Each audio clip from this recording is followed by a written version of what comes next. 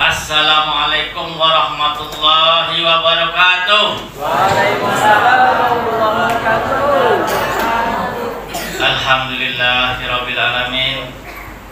Wassalatu wassalamu ala asrofil anbiya'i wa mursalin wa ala alihi wa sahbihi ajma'in. Pertama-tama marilah sama-sama kita panjatkan puji syukur kita kepada Allah Subhanahu wa taala karena sampai pada detik ini kita masih diberikan nikmat oleh Allah Subhanahu wa taala, nikmat umur, nikmat harta, nikmat kesempatan, dan banyak lagi nikmat Allah yang tidak dapat kita hitung jumlahnya, sehingga pada pagi hari yang berbahagia ini, walaupun hari hujan, kita tetap datang ke rumah Allah ini dalam rangka mencari keridhaan Allah Subhanahu wa taala.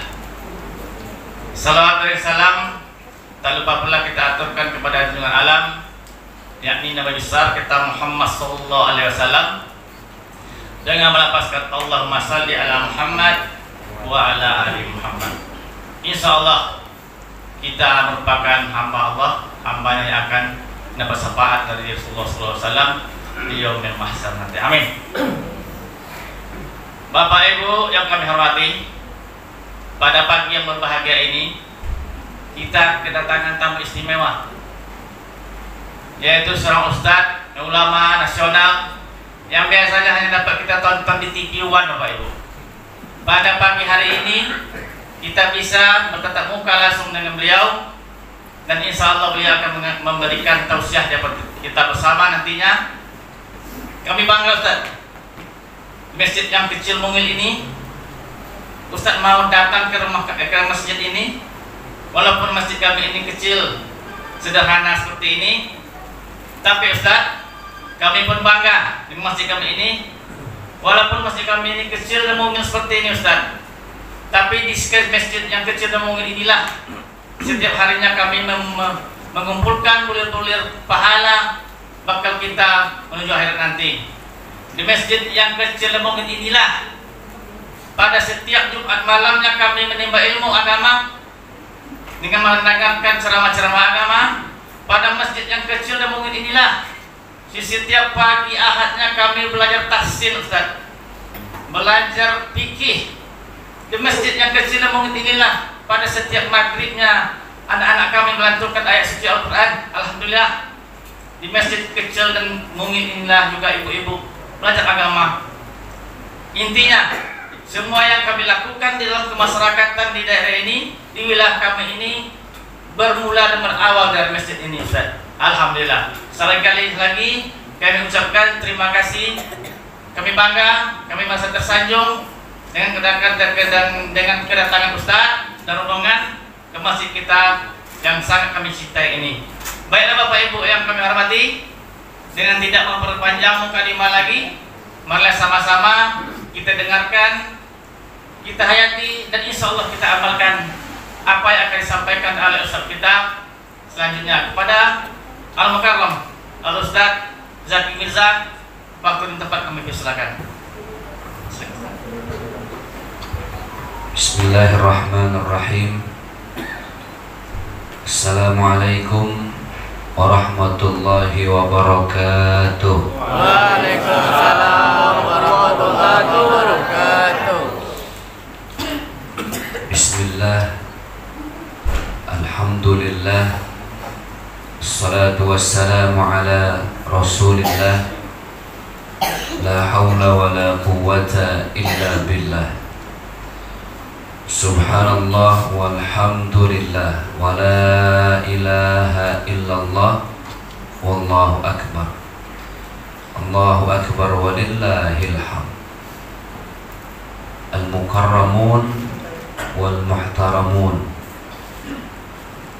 yang kami muliakan, yang kami hormati, para kiai, para guru, para ustadz dan ustadzah, para cerdik pandai, para muallim, yang subhanallah kita bisa hadir bersama-sama melaksanakan sholat subuh berjamaah di situasi yang sebenarnya pagi-pagi seperti ini hujan tidak selesai-selesai, yang enak ngapain kira-kira? Tidur. Gimana kalau kita pulang aja tidur bareng?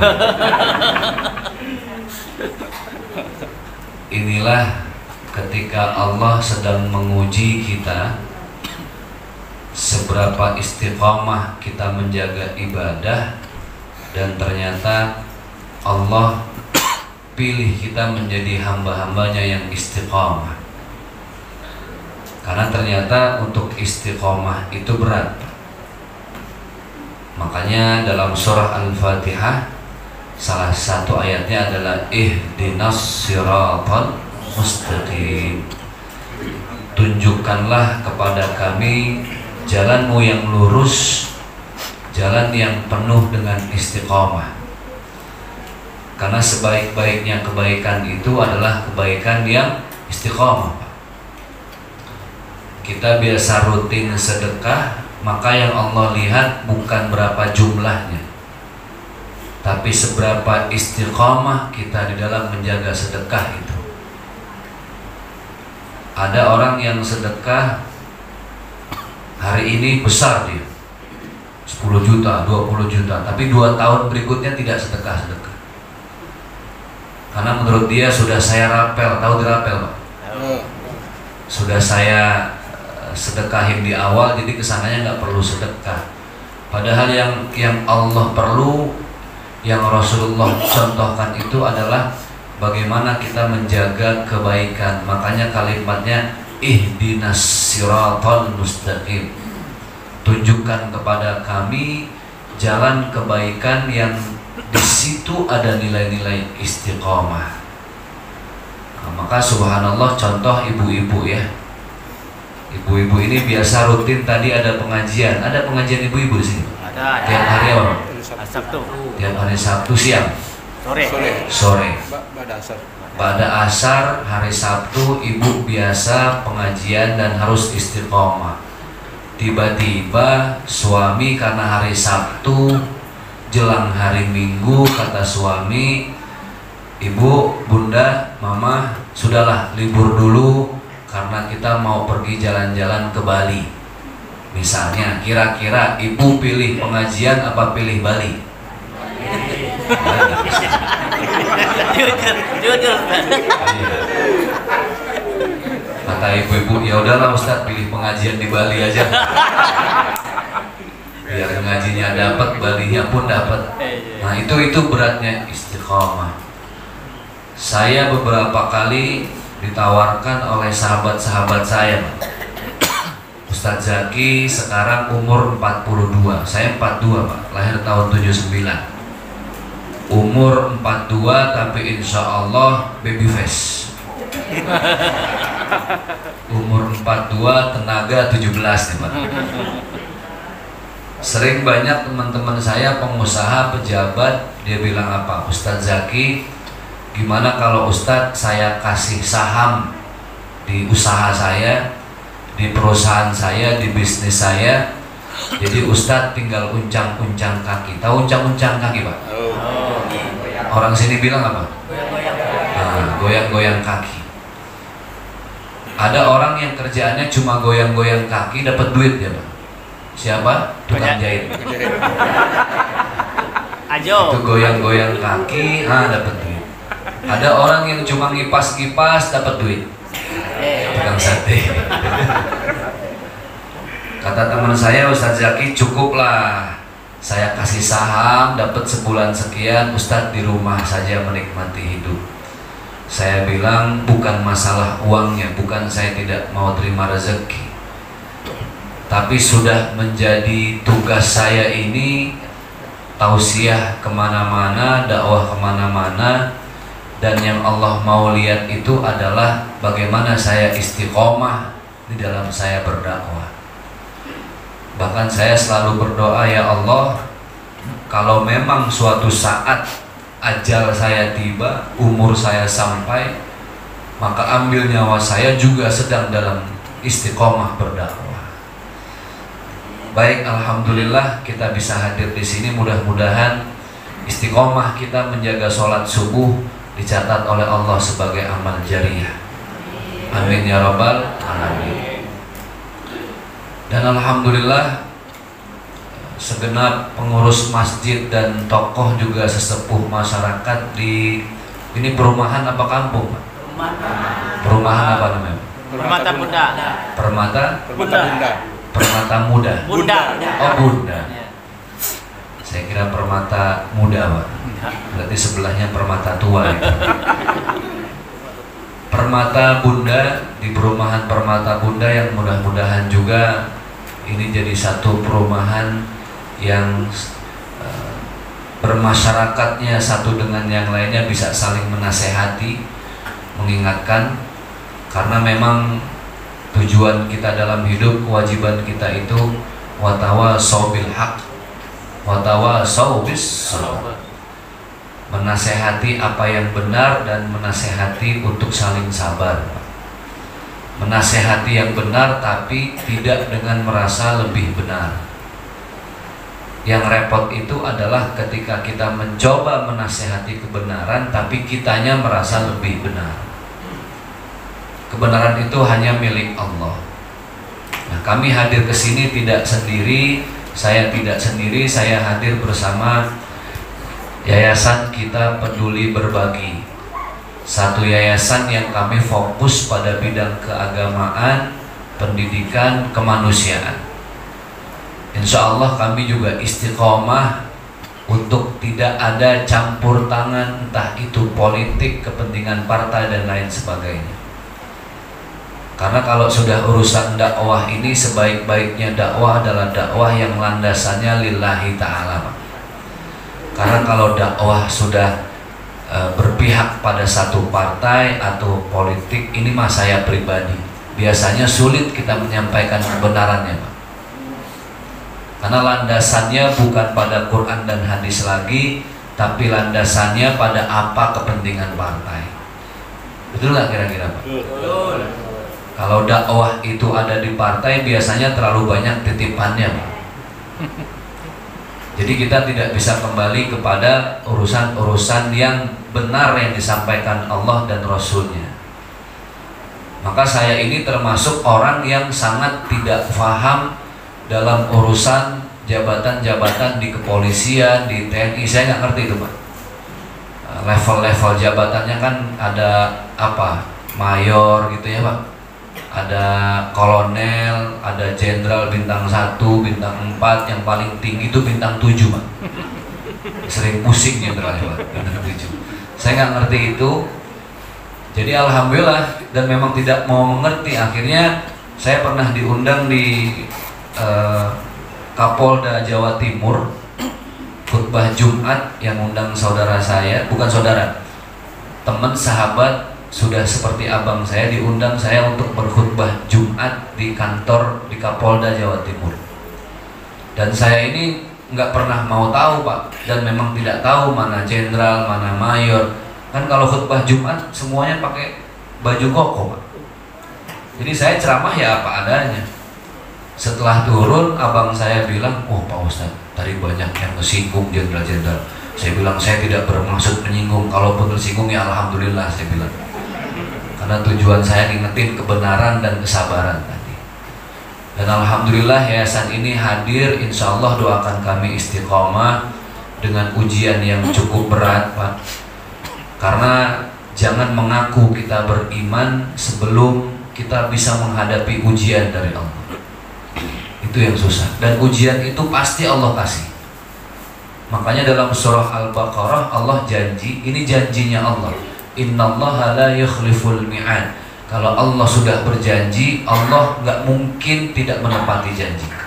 Apa janji Allah? A'udzubillahi minasyaitonirrajim. Walanabluwannakum bisyai'im minal khawfi wal ju'i wa naqsim minal amwali wal anfusi wath thamarat wa basyiris sabirin alladzina idza asabathum musibah qalu, ujungnya baru kita hafal, inna lillahi, apa saya bilang kan, ujungnya baru hafal. Jadi kata Allah pasti diuji, Pak, manusia itu janjinya Allah. Karena Allah sudah janji, maka prinsipnya gini, karena kita sudah ditakdirkan jadi manusia, maka harus siap diuji. Logika terbaliknya adalah kalau tidak siap diuji, jangan jadi manusia. Berarti kalau jadi manusia harus siap diuji. Walanabluwannakum adalah mutaukid yang artinya pasti. Walanabluwannakum, pasti akan kami uji. Bisyai'in. Tapi dalam kalimat berikutnya bisyai'in yang artinya sedikit. Padahal menurut Bapak Ibu, Allah menguji kita ini sedikit apa banyak? Menurut kita banyak. Ini biasanya yang teriaknya paling kencang ini sembari curhat itu. Banyak. Tsunami ya.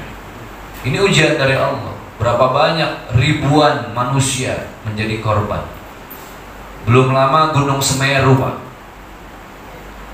Musibah belum lama kejadian di astagfirullahaladzim, di Balikpapan, tabrakan beruntun ya.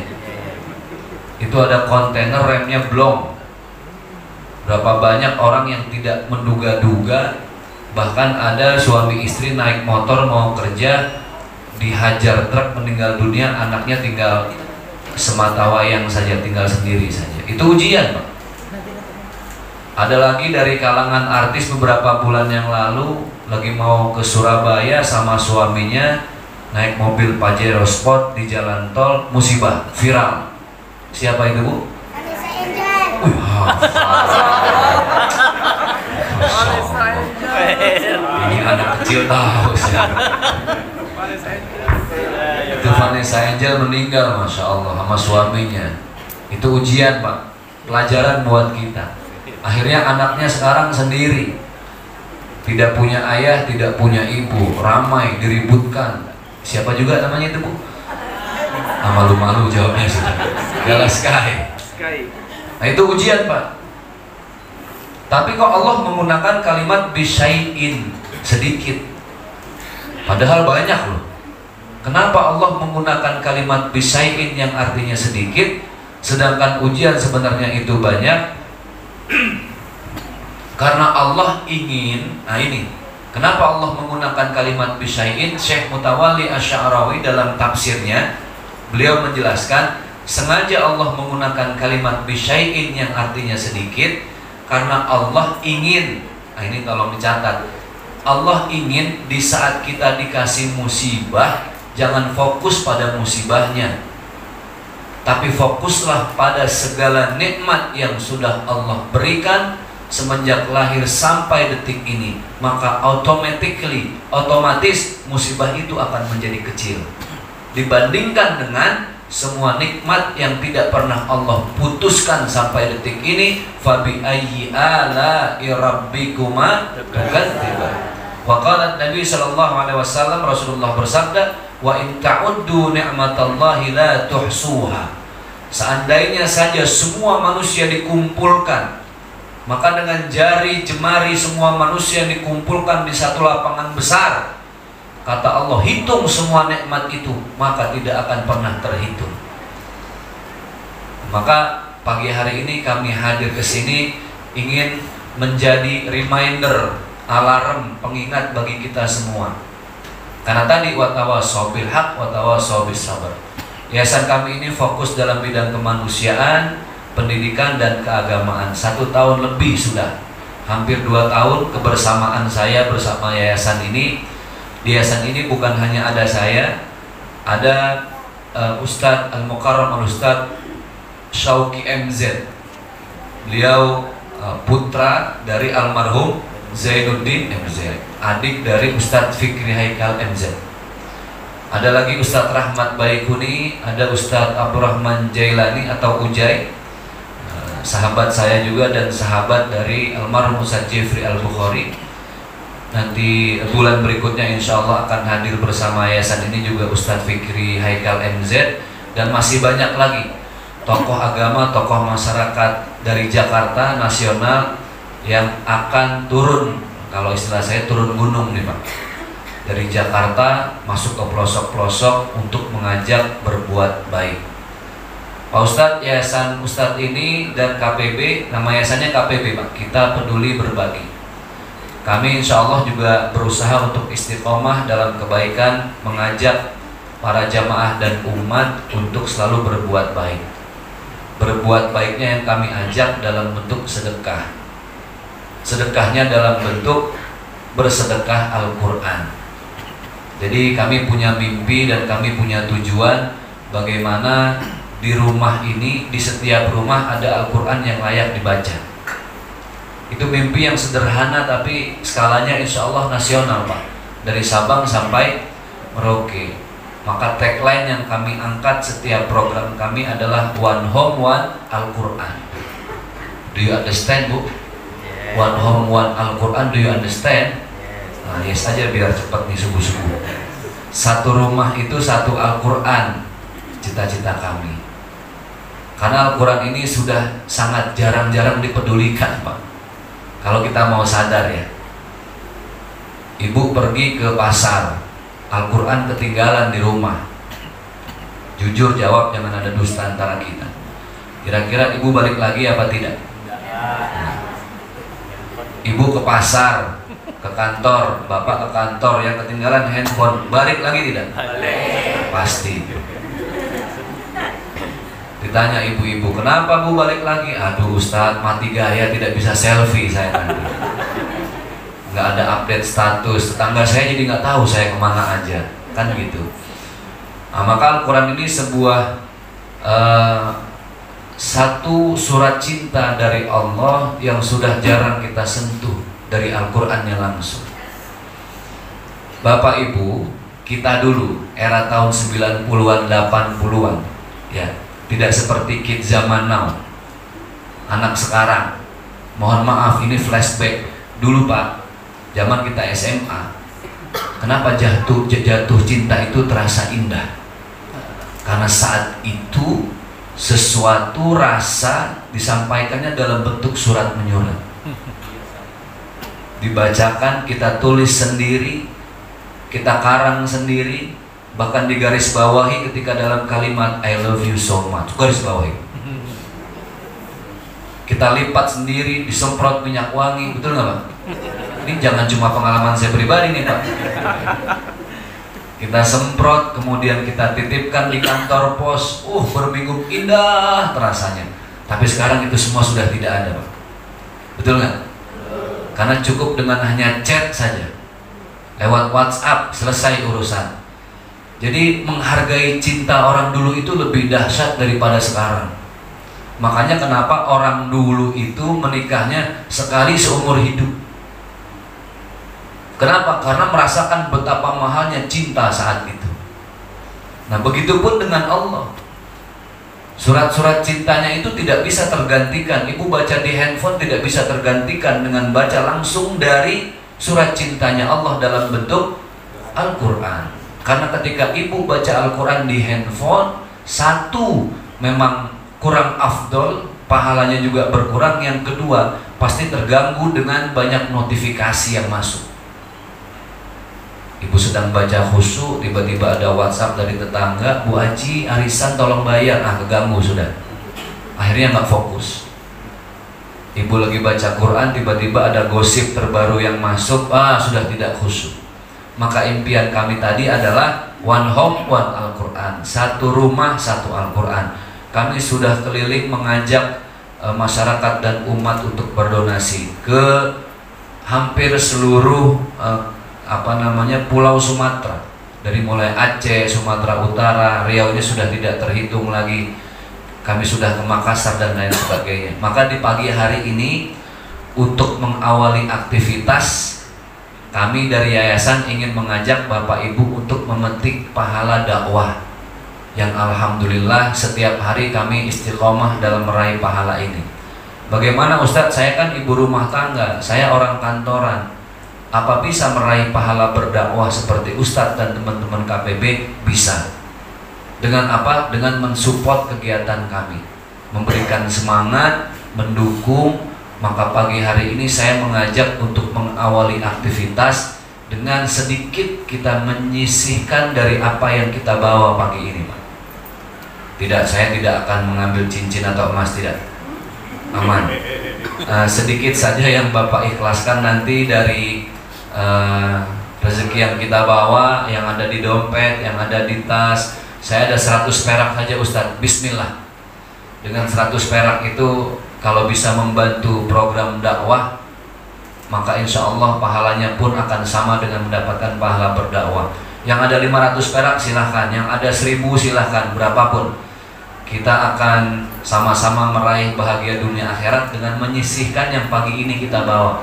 Saya tidak bawa, tidak apa-apa. Ini kita niatkan lillahi ta'ala saja untuk mendukung program kami. Nah, bagaimana caranya Ustadz? Nanti ada kantong-kantong sedekah yang akan kami bawa keliling ke Bapak Ibu semuanya, baik dari ikhwan atau akhwat kami yang sudah standby. Silakan seikhlasnya, setulusnya Bapak sisihkan berapapun jumlahnya. Niatkan lillahi ta'ala biar Allah nanti yang lipat gandakan pahalanya.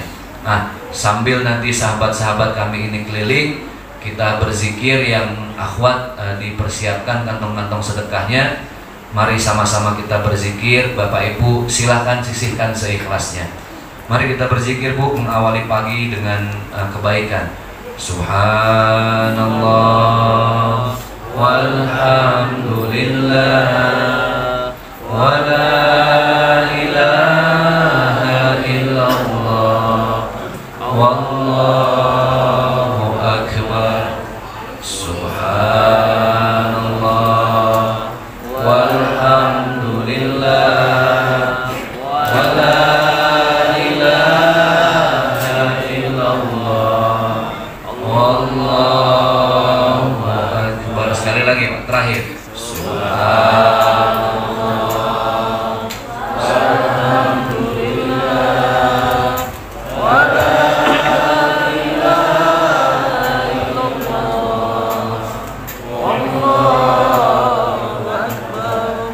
Subhanallah, alhamdulillah, wa la ilaha illallah, wallahu akbar. Zikir tadi Bapak Ibu ingat zikirnya siapa? Almarhum Ustadz Arifin Ilham. Kalau Uji nanti beda lagi, Uji Subhanallah walhamdulillah. Nah sudah Ibu, nanti kenikmatan bersalawat kita. Itu saya yakin ketika zikir itu kita bacakan, orangnya sudah tidak ada, jasadnya sudah terkubur, tapi di saat zikirnya kita baca, pahalanya akan sampai untuk orang yang dulu memang membuat zikir itu. Itulah kebaikan. Jadi jangan lelah kita menanam kebaikan, walaupun bukan kita yang menikmati. Ada orang tua menanam pohon kelapa. Kelapa ini lama tumbuhnya Pak. Saya nggak tahu nih pastinya berapa tahun kelapa itu. Pokoknya lama. Kalau sawit itu berapa loh? 3,5 tahun. Berarti kebunnya luas Bapak ini ya. Kelapa itu lama. Bahkan di saat kita belum bisa menikmati buah kelapanya, kita sudah tidak ada.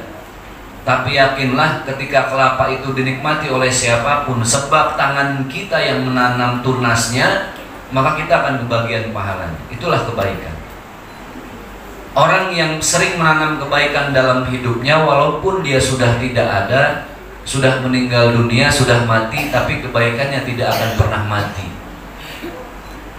Beda dengan orang yang setiap hari berbuat keburukan, ngeselin orang, dendam, kesumat, gitu ya, iri, dengki, susah lihat orang lain senang, senang lihat orang lain susah, SMS, tetangga beli Honda, stres dia. Besoknya sengaja tetangganya beli kulkas pintunya 16, oh mati. Orang seperti itu yang setiap hari penuh dengan keburukan, jangankan dia mati, hidupnya saja disumpahi mati terus. Tidak pernah ketemu nikmat orang yang begitu.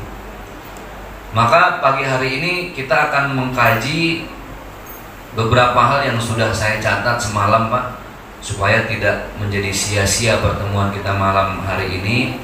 Ada seorang ulama yang bernama Hamid Al-Lafaf radhiyallahu an, beliau berkata, arba'atun talabnaha fi arba'atin. Ada 4 perkara yang biasanya kita cari dengan 4 perkara. Jadi ada 4 hal Pak yang kita cari dengan 4 cara. Lalu beliau melanjutkan, fa akhtana turuqaha. Tetapi sayang ternyata kita salah jalan dan justru menemukannya bukan di 4 cara yang lain tadi, tapi justru di cara yang juga berbeda. Nah nanti ini Ustadz maksudnya apa? Oke, kita pelajarin dulu. Yang pertama adalah talabnal ghina fil mal fawajadnahu fil qanaah. Kita sering mencari kekayaan, kepuasan, kebahagiaan, sering kita cari dalam harta. Ternyata itu semua salah. Ternyata yang namanya bahagia bukan adanya di harta, tetapi bahagia itu adanya fil qanaah. Fil qanaah itu rasa bersyukur Pak, rasa puas, rasa legowo dengan apa yang sudah Allah titipkan. Kita sering salah mencari kebahagiaan itu pada harta, ternyata bukan pada harta, tapi pada rasa bersyukur. Makanya hati-hati Bapak Ibu yang berbahagia, betapa sering kita menumpuk-numpuk harta, akhirnya lupa dengan firman Allah, alhaakumut takatsur hatta zurtumul maqabir. Kita sering dilalaikan dengan harta, padahal harta ini hanya dititipkan oleh Allah Ibu. Dititip. Semalam juga saya kasih materi yang mirip tapi dengan angle atau dari sudut pandang yang berbeda. Tapi intinya tentang harta. Harta ini sesuatu yang tidak ada abadi. Makanya apa kata malaikat Jibril ketika menasihati baginda Rasulullah Sallallahu Alaihi Wasallam, ya Muhammad ahbib masyita. Wahai Muhammad, cintai yang ingin kau cintai, fa innaka mufariquhu. Tapi ingat, yang kau cintai suatu saat akan terpisah dengan yang namanya kematian. Ibu dulu waktu pengantin baru menikah, dinikahi suami, janji sehidup semati. Betul nggak Bu? Janji sehidup semati di bawah pohon sawit. Indah Pak. Tapi saya tanya, suatu saat suami ibu meninggal, apa ibu mau nemenin di kuburan? Nah, gombal berarti janjinya. Ya itulah manusia. Tidak ada yang abadi. Kita ini hanya dititipkan oleh Allah Subhanahu wa Ta'ala. Tidak ada yang selamanya. Maka ketika mencari bahagia bukan pada harta. Berarti Pak Ustadz, orang Islam nggak boleh jadi orang kaya? Bukan, harus jadi orang kaya. Tetapi jangan pernah memiliki kekayaan itu. Semakin kita memiliki akan semakin sering sakit hati. Di zaman Umar bin Abdul Aziz, seorang khalifah, ada beberapa nama Umar yang masyhur. Yang paling masyhur itu khalifah sahabat Rasulullah yang ketiga, Umar bin Khattab. Ada khalifah juga yang membawa Islam pada zaman keemasan, namanya Khalifah Umar bin Abdul Aziz. Beliau ini kaya raya, pengusaha. Suatu saat ada seorang rakyat yang datang kepadanya.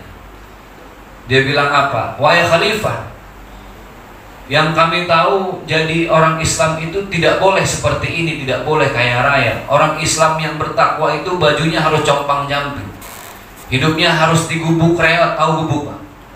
Rumah yang ala kadarnya. Hidupnya harus sangat-sangat prihatin. Umar bin Abdul Aziz, seorang khalifah, tidak berkata apa-apa. Dia bilang gini, saya punya segelas air, persis kayak gini Pak, hampir penuh. Saya punya segelas air, silahkan kamu bawa segelas air ini, kamu nikmati semua fasilitas yang ada di rumah saya. Kamu mau anggur tinggal petik, kamu mau kurma yang mahal tinggal petik, kamu mau naik kuda yang serba cepat larinya tinggal naiki, tunggangi. Kamu mau masuk duduk di sofa silahkan.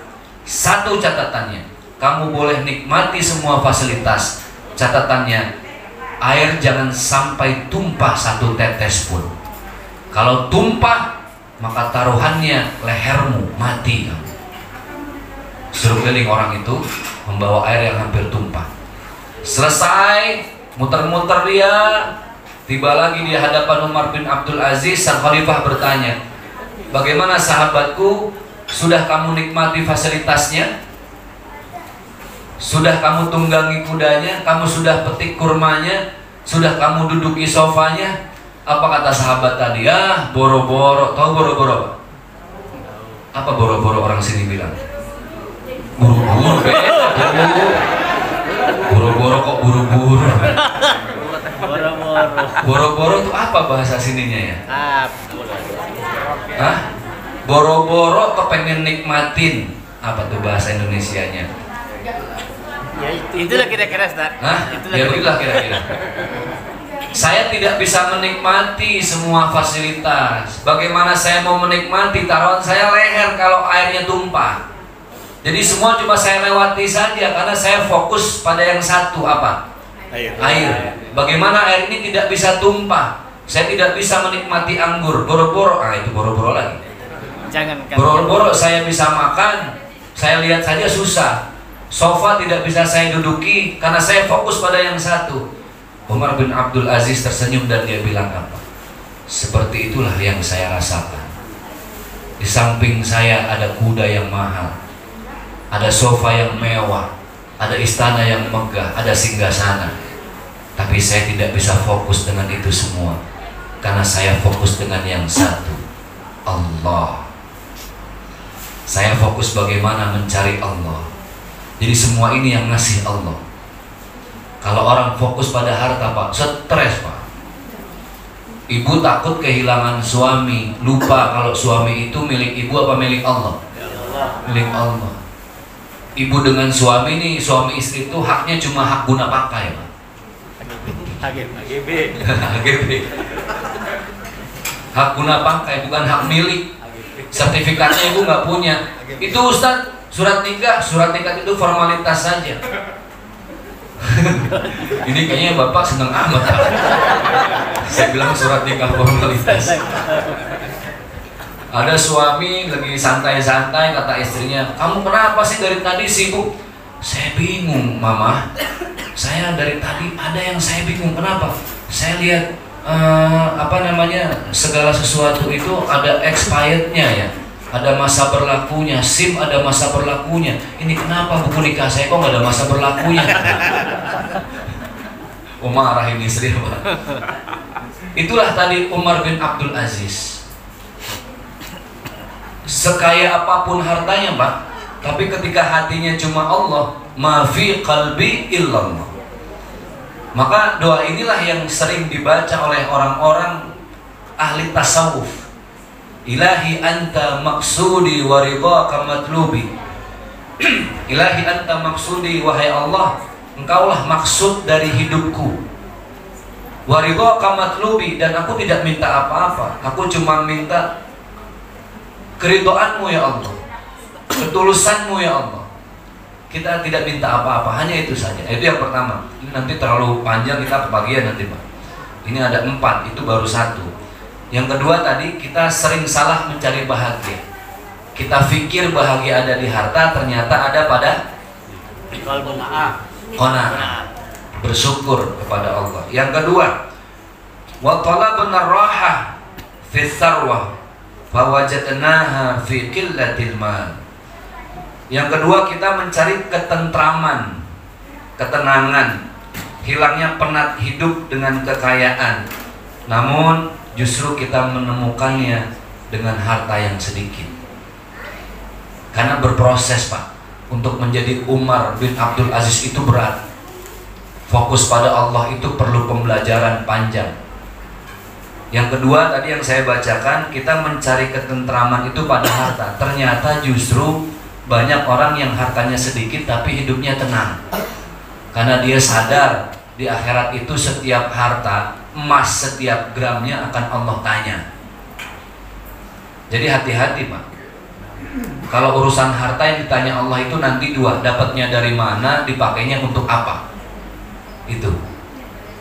Makanya begitu banyak para ulama yang tadinya kaya raya tapi disedekahkan semua hartanya, sebelum dia meninggal dunia karena dia tidak mau terlalu lama dihisap. Ada orang yang seperti itu, termasuk baginda Rasulullah Shallallahu Alaihi Wasallam. Rasulullah itu pengusaha, Pak, kaya raya, bisnismen di zamannya. Bahkan sampai Rasulullah ini dikagumi oleh seorang tokoh masyarakat di Mekah, janda kaya raya yang umurnya beda 15 tahun lebih tua, yang pada akhirnya justru melamar Rasulullah SAW dan menjadi istrinya. Siapa, Bu? Siti Khadijah. Siti Khadijah ini Masya Allah sangat terkagum-kagum dengan seorang Nabi Muhammad, seperti kagumnya Siti Zulaikha atas ketampanan Nabi Yusuf alaihissalam. Akhirnya menjadi istri dari baginda Rasulullah SAW. Tapi ketika Rasulullah sudah menikah, masuk umur 40, tibalah kerasulan baginda Rasulullah, akhirnya dihibahkan semua hartanya, sampai Rasulullah pun tidur di atas pelepah kurma. Rasulullah ingin mencontohkan kepada kita bahwa ternyata ketenangan itu bukan pada hartanya, tapi bagaimana kita menata hatinya. Makanya ada satu hadis, baiti jannati, rumahku adalah surgaku. Kira-kira rumah jadi surga nggak, Pak? Kalau suami istri setiap hari, setiap jam berkelahi, jadi enak nggak itu rumah? Tidak. Itu baiti nari, rumahku nerakaku. Berapa banyak teman-teman saya rumahnya 5 lantai, Pak, 5 lantai tinggi. Oh, itu rumahnya bukan pakai tangga lagi, Bu. Pakai apa, Bu? Bukan pakai lift, pakai bambu, naiknya ngesot kan. Dia pakai lift, Bu. Ibu saya tanya jawab. 5 lantai. Mobilnya mewah, basement. Kalau kita kan banyak orang punya mobil nggak punya garasi. Ada garasi luas, mobilnya tidak ada. Ini teman saya banyak, Pak, pengusaha yang nawarin tadi saya buat saya punya saham. Wah, banyak, Pak. Itu basement, semua merek mobil ada. Tapi saya lihat tidak pernah ada ketenangan hati. Suaminya kemana, istrinya kemana, anaknya kemana. Tidak seperti surga. Saya merasa hampa. Rumah mewah kok serasa sesaat saja, tapi tidak menemukan tadi ketentraman. Tapi ada teman SD saya, Pak, 2019 saya ketemu, ternyata dia cuma dagang somai depan sekolahan SD. Ketemu sama saya, ketemu kangen-kangenan, saya diajak ke rumahnya. Rumahnya simpel, Pak, sederhana. Kalau kata orang Jakarta, orang Betawi, ini rumah tipenya L4. Tahu rumah tipe L4, Pak? Lu lagi. Di ruang tamu ketemu istrinya, lu. Dari kamar mandi istri lagi, lu lagi. Ini tipe L4, lu lagi. Saking kecilnya tuh, Pak. Minimalis, saking hematnya. Tapi subhanallah, saya ke situ, ke rumah teman saya, tapi beda. Saya merasakan betapa hangatnya suasana. Saya ngobrol sama teman saya, pulang, itu istrinya pulang, Masya Allah, Pak, cium tangan, bolak-balik, cipika-cipiki sama istrinya. Oh, indah, anaknya pulang, 3 anak, 3 orang, dipeluk ayahnya. Oh, Masya Allah. Ini baiti jannati, 1 kamar mandi bareng-bareng, tapi merasakan nikmat. Karena tadi dia tidak salah mencari tempat ketentraman. Ternyata bukan pada banyaknya harta, tapi pada harta yang sedikit. Bukan berarti Bapak tidak boleh banyak harta, silahkan saja. Tapi hati-hati, semakin banyak harta harus semakin banyak berbagi. Semakin banyak harta, semakin pelit, pasti hati akan semakin sulit. Tapi kalau banyak harta, banyak sedekah, insya Allah hidup pun akan semakin berkah. Makanya yang mahal itu adalah berkah. Banyak orang, Ibu, yang subhanallah hartanya berlimpah tapi sakitnya nggak sembuh-sembuh. Karena selama ini terlalu ngekep bahasa Betawi ini, ngekep itu kita punya harta kita giniin, apa namanya? Dirangkul, dipeluk erat-erat, itu namanya ngekep kata orang Jakarta. kita kekep erat-erat sampai stres sendiri, sakit. Semalam saya bilang, Bapak Ibu yang punya harta, mau masih muda, mau panjang, sudah harus difikirkan wasiat kepada anak-anaknya. Karena di Jakarta itu masih ada tradisi aib kalau orang tua masih hidup, dia sudah membicarakan hartanya. Menurut saya nggak seperti itu, Pak. Orang meninggal, tapi meninggalkan harta, dan gara-gara harta itu anak-anaknya jadi berkelahi, Pak, maka itu jadi sangkutan dan tanggung jawab dunia akhirat. Hati-hati. Karena satu-satunya hal yang akan tidak terputus urusan dunia, satu-satunya urusan dunia yang tidak terputus sampai ke alam kubur, ke alam mahsyar, dan ke alam akhirat adalah urusan dunia, harta. Di dalamnya ada hutang, ada warisan, dan lain sebagainya. Apapun yang berbentuk apa yang Allah titip, Allah minta tanggung jawab. Makanya saya punya teman, dia punya orang tua. Semalam saya ceritain di masjid. 3 hari sebelum meninggal, dia panggil anak-anaknya, masih muda Pak, 54. Tapi karena asetnya banyak, investasinya di mana-mana, rekeningnya tidak terhitung, deposito, dia kumpulkan semua anak-anaknya, cucu dan mantunya. Dia jelaskan, harta saya ada di A, B, C. Ini luasnya sekian ratus meter, ini sekian hektar. Ini saya wasiatkan untuk kamu, ini untuk kamu, untuk kamu. 3 hari meninggal, Masya Allah, meninggal dalam keadaan tersenyum, karena dia sudah lepas dari jeratan titipan Allah. Pak Ustaz, tanah saya cuma ada 5 meter Pak Ustaz. Kira-kira boleh? Harus Pak. Jangankan 5 meter, sejengkal saja Allah akan tanya harta kita. Nah, makanya hati-hati Pak. Apalagi yang sekarang udah mulai sakit-sakitan, napas susah, harta di mana-mana. Tolong diinformasikan ke anak-anaknya itu. Jangan merasa kita akan bawa mati, nggak ada Pak. Justru harta yang tidak kita tinggalkan secara jelas kepada anak-anak, gara-gara harta itu pada berkelahi antar saudara kandung, justru itu akan menjadi siksa kubur kita. Maka lepaskan siksa kubur itu dengan melepaskan harta kita. Wasiatkan kepada anak-anak kita. Ini yang kedua. Yang berikutnya akan saya bacakan lagi. Wa talabna al-ladzat fin ni'mah fawajadnaha fil badanis sahih. Kita berpikir bahwa yang namanya kenikmatan itu ada pada dunia ini. Tapi ternyata subhanallah, nikmat itu adanya pada badan yang sehat. Badan yang sehat itu mahal, Pak. Serius. As-sihhatu tajun ala ru'usi sihah. Mahkotanya manusia bukan harta, Bu. Mahkotanya manusia bukan jabatan. Mahkotanya manusia itu sehat. Ibu pilih mana? Sehat punya uang 5.000 apa sakit punya uang 5 juta? Sehat 5 juta. Matre nih. Sehat 5.000, sakit 5 juta. Punya uang 5 juta, sakit habis buat berobat, betul nggak? Nggak nikmat. Sehat 5.000, beli air mineral saja nikmat Pak. Minum haus, Masya Allah. Fabi ayyi ala'i rabbikuma tukadziban, nikmat. Jadi ternyata yang mahal itu sehat.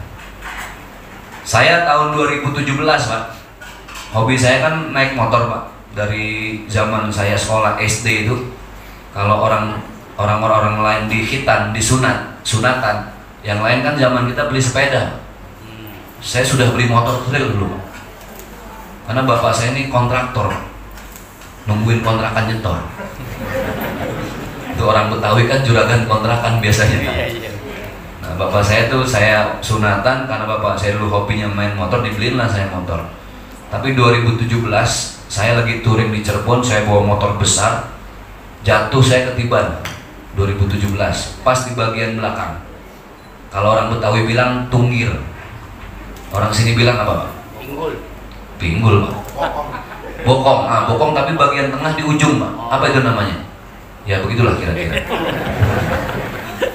Kalau orang Betawi tulang ekor, ya bagian tulang ekor saya ketiban. 2017, 2019 waktu saya naik motor touring, motor besar ke puncak, kok sakit. Ketika diperiksa di rumah sakit Kelapa Gading, Ternyata tulang saya ada geser setelah 2 tahun Pak. Jadi pijakannya itu sudah, bengkoknya sudah tidak rata lagi, ada yang geser. Jadi kalau saya duduk kelamaan di kursi yang dari plastik itu nggak bisa tenang Pak.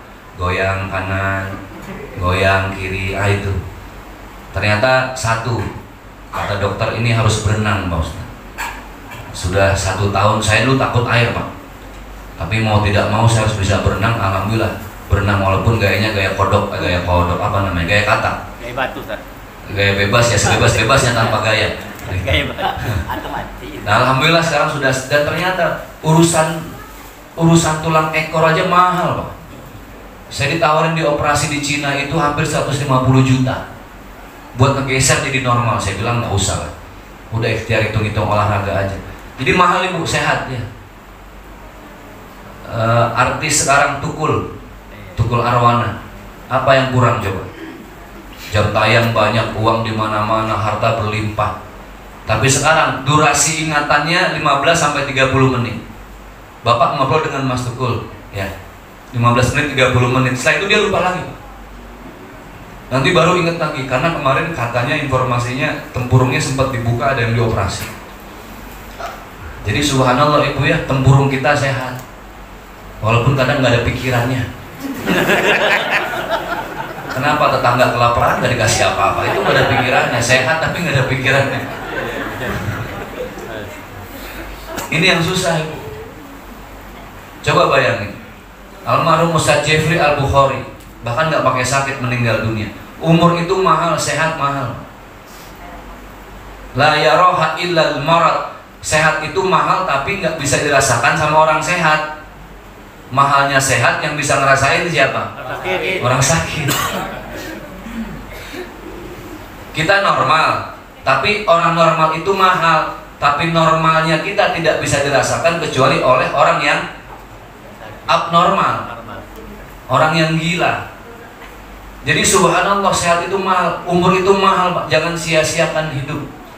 Maka perbanyaklah berbuat baik. Itu yang ketiga. Yang keempatnya, yang terakhir, karena sudah semakin siang. Yang keempat adalah wa talabna al-ilma fi batnin shiba'in wa wajadnahu fi batnin ja'i'in. Kita itu mikir bisa menuntut ilmu dalam keadaan perut yang kenyang, ternyata enggak.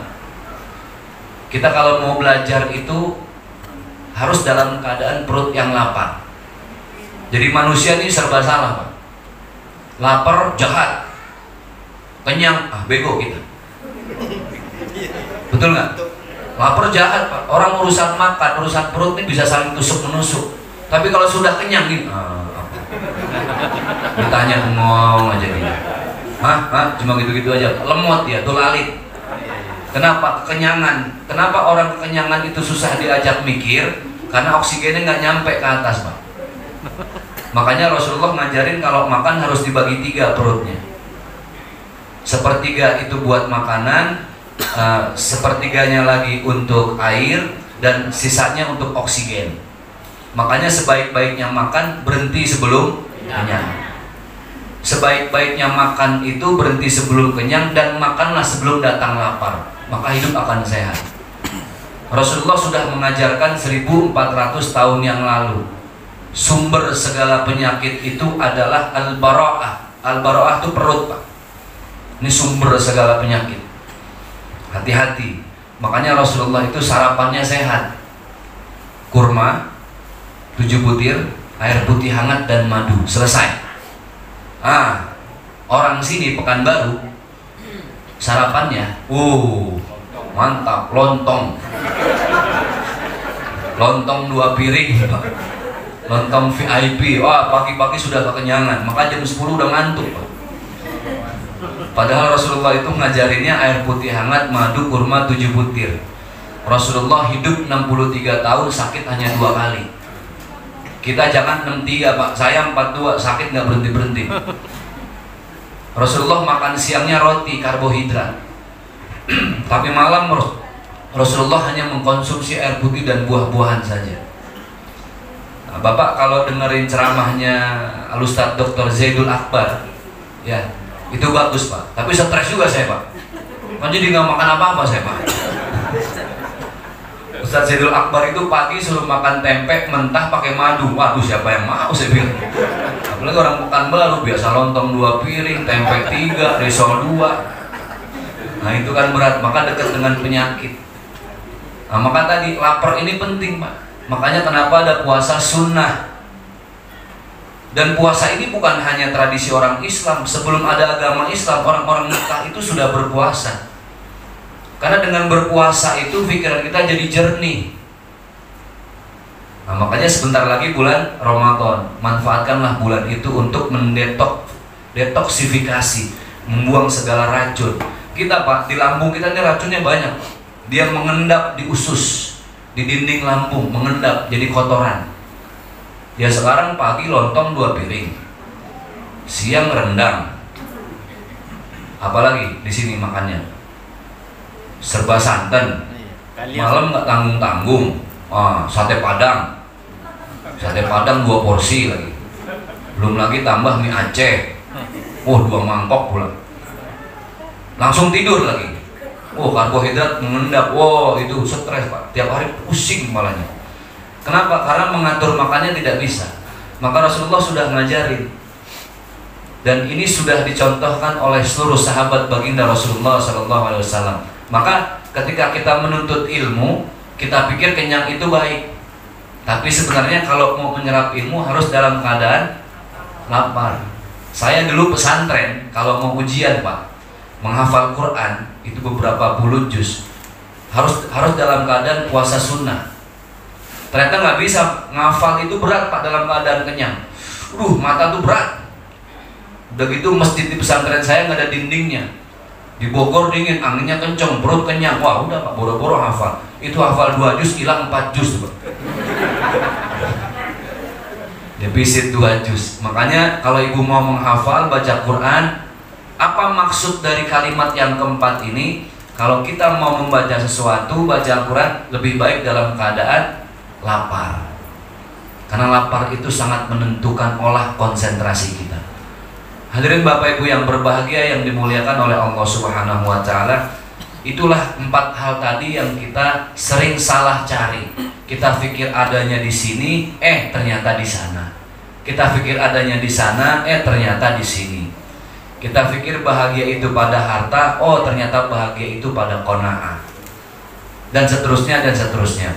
Maka mari sama-sama di pagi yang penuh dengan keberkahan ini, kami ingin mengajak Bapak Ibu semuanya untuk apa? Untuk kita melembutkan hati. Karena ternyata kita sering salah berpikir bahwa kita anggap kemuliaan itu ada pada harta. Ternyata kemuliaan itu ada pada bagaimana harta itu bisa membahagiakan orang lain. Itulah berkah. Bismillahirrahmanirrahim. Alhamdulillahirabbil alamin. Ar-Rahmanir-Rahim, Maliki yaumiddin, Iyyaka na'budu wa iyyaka nasta'in, ihdinas siratal mustaqim, siratal ladzina an'amta 'alaihim ghairil maghdubi 'alaihim waladdallin. Amin. Astaghfirullahalazim wa atubu ilaihi min jami'il ma'asi wal dzunub ya Rabbana. Lakal hamdu kama yanbaghi li jalali wajhikal karim wa li 'azimi sultanik. Allahumma innaka 'afuwun karim tuhibbul 'afwa fa'fu 'anna ya karim. Ya mujibas sa'ilin, ya arhamar rahimin, ya akramal akramin. Allahumma anfa'na bima 'allamtana wa 'allimna ma yanfa'una warzuqna 'uluman tanfa'una. Rabbana hab lana min azwajina wa dhurriyyatina qurrata a'yun waj'alna lil muttaqina imama. Rabbana atina fid dunya hasanah wa fil akhirati hasanah wa qina adzabannar. Bifadli subhana rabbika rabbil izzati amma yasifun wa salamun alal mursalin walhamdulillahi rabbil alamin. Ya amin ya rabbal alamin. Terima kasih. Saya pribadi mohon maaf lahir batin. Usikum wa iyaya bitaqwallah. Billahi taufiq wal hidayah. Assalamualaikum warahmatullahi wabarakatuh.